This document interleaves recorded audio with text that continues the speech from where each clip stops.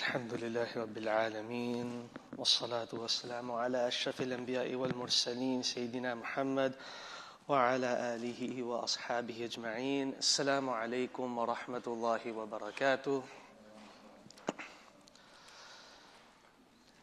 Today, inshallah, we will be continuing where we left off in Surah al-Mā'idah, verse 50.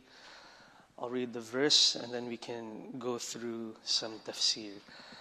أعوذ بالله من الشيطان الرجيم بسم الله الرحمن الرحيم أفحكم الجاهلية يبغون ومن أحسن من الله حكما لقوم يوقنون.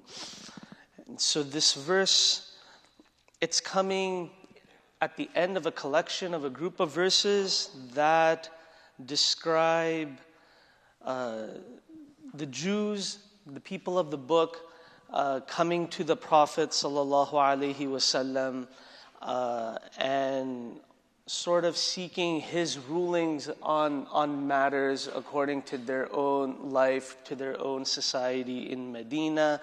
And the Prophet sallallahu alaihi wasallam in these verses is being told to judge them in a way that is consistent to the guidance that he's receiving from Allah, i.e. rule as you would see that the ruling should be, and you shouldn't follow their desires or their customs or their ways. Even though they may have been a chosen people before you, now you are receiving the true guidance, the true word of Allah. Your judgment, your verdict in their matters is what should be absolute, and it shouldn't be subject to their whims. And so the first part of this verse, أَفَحُكْمَ الْجَاهِلِيَّةِ يَبْغُونَ. Do they want judgment? Do they seek the hukum, the ruling, according to the time of jahiliyyah, according to the time of that age of ignorance? And immediately if we look at the words that Allah is using in just these three words, in these three words, He uses the verb يَبْغُونَ. And this verb, it's more than just want, as a lot of translations render it to be. This word at its root, it has the desire more of something to crave, to covet. And it's also connected to this idea of injustice.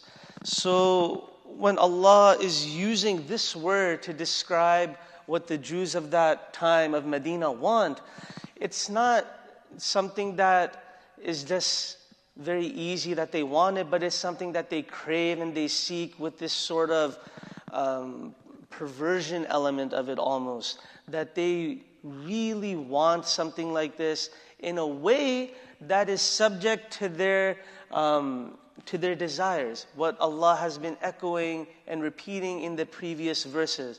وَلَا تَتَّبِعْ أَهْوَاءَهُمْ. So when you give in to your whims, to the things that you desire, that you covet, then you're truly becoming someone who is nothing more than that. You're truly seeking the fulfillment of those desires and of those whims. And Allah is using the verb here to really sort of send that message across to the readers, to the people listening to this speech, that they are people who are truly seeking such something that fulfills that craving, that fulfills that desire. And what's interesting is that Allah uses do they seek that of the jahiliyyah?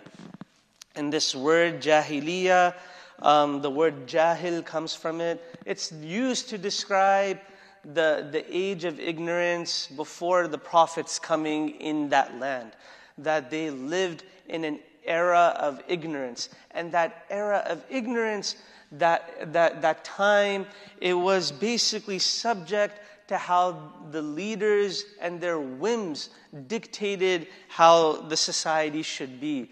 that people were not ruling or people were not living their society in accordance to any prophetic model, but what they were seeking or what they were living their lives according to were things that were, again, subject to their desires, to their whims, and to their cravings.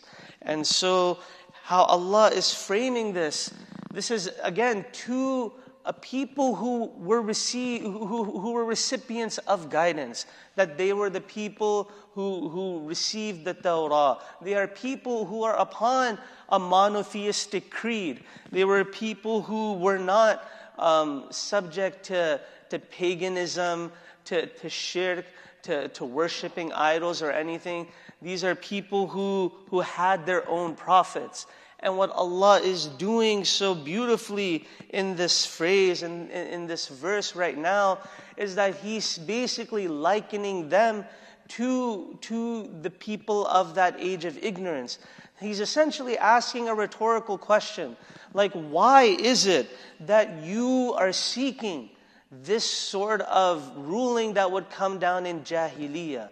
Why is it that these people are craving this? Why is it that they are not accepting what the current prophet, that Muhammad sallallahu alaihi wasallam, and the ruling that he is bringing, why is it that they are not content with that? And this is something that we can all sort of take heed of. That when we go about in our lives doing as we think is right, are we doing things in accordance to our ahwa, in accordance to our desires, or are we thinking truly of what is the true ruling that Allah would have intended us to have, the true ruling that were the Prophet ﷺ in our midst, that he would issue? These are things that we need to take heed of, that what are the underpinnings, what are the reasonings for why we do what we do and how we live our lives. And then Allah continues in the next part of the verse that وَمَنْ أَحْسَنُ مِنَ اللَّهِ حُكْمًا لِقَوْمٍ يُوقِنُونَ. And it's such another beautiful rhetorical question that Allah is concluding this verse with, that what is more beautiful or more excellent, who is more beautiful or excellent in judgment other than Allah, for the people who have firm faith, who have true yaqeen. And this question, this rhetorical question that Allah is asking, again, the primary audience of this is in response to the Jews. It's as if this is something that they would hear. And what's interesting is that Allah in this verse, He's basically tearing down this sort of this attitude of the Jews of Medina, how they were very much like, he's not our prophet. Don't say anything that extols the prophet's virtues, because he's not one of ours. We don't accept him to be a prophet. But what Allah is saying in this verse is that your own original source of law, that ultimately comes from Allah. And so when He's framing it in this way, that who is more beautiful than Allah in issuing a judgment, it's that your own shara, your own religion and your own source of law, it also originated in Allah. So that is where this ruling currently from this prophet is coming from. So this should be sufficient for the people who have true yaqeen, true certainty. So He's almost challenging the Jews of Medina at that time, that are you people who have yaqeen? Are you people who have a true sort of faith and surety in Allah as the true Lord and as the true lawgiver? That our laws are not subject to our whims, that our laws, and Allah made this point clear in the previous verse, that لِكُلٍّ جَعَلْنَا مِنْكُمْ شِرْعَةً وَمِنْهَاجًا, that for every community there has indeed come a path, a shir'ah, a way of life, وَمِنْهَاجًا, and this is another synonym, like a way of life, how you should live. Basically a set of laws and how your society should follow them and how they should live their lives.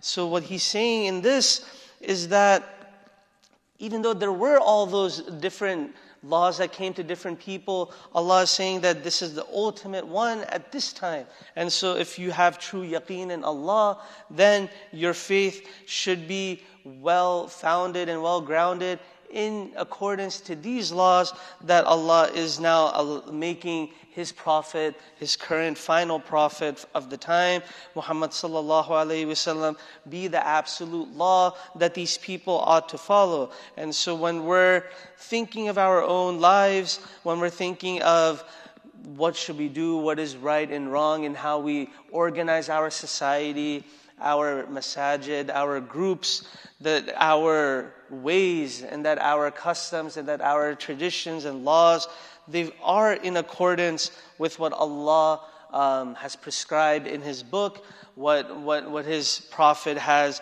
allowed and not allowed, and we do not allow ourselves to be subject to our whims and desires. Because ultimately, what does Allah say in another verse?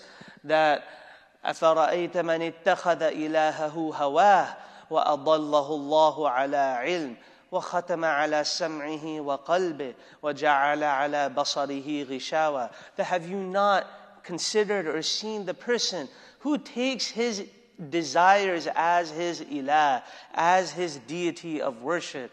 That have you not seen what happens to a person like that? وَأَضَلَّهُ اللَّهُ عَلَىٰ عِلْمٍ. And Allah has misled that person in the face of knowledge. This is a scary verse because people will be around knowledge. We are currently in a masjid. We're in centers of learning. We can be surrounded by shuyukh and all of these people, and we know ultimately what's right. But still, individually, we can choose our ahwa. The Jews of Medina, they were literally living with the Rasulullah sallallahu alaihi wasallam, and yet they're being likened to people who are of the age of Jahiliyyah, to mushriks, that they're sort of discarding and denying the true validity of the prophethood of Muhammad sallallahu alaihi wasallam in the same way that those mushrikun would.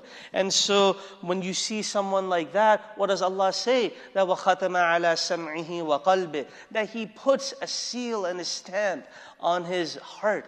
وَجَعَلَ عَلَىٰ بَصَرِهِ غِشَاوَةً, and He puts a covering and a veiling over his eyes, that when you do ultimately become someone who's being driven only by impulse and whims, that you lose the true sight of what is before you. You lose your true sight of what is true guidance and what is truly righteous and virtuous. And your heart becomes numb and your heart becomes encrusted and it becomes blind and sealed to not allowing yourselves to be open to this message. So these verses, they seek to make us truly reflect on the state of our hearts, on what it is that we're truly desiring. Are we desiring, again, our whims, our desires, or are we seeking true guidance with Allah's law? And we ask Allah for ease as we make our way in this world, that we live our lives according to His rulings and according to His judgments that He would have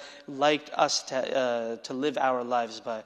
Ameen. أقول قولي هذا وأستغفر الله لي. سبحان ربك رب العزة عما يصفون.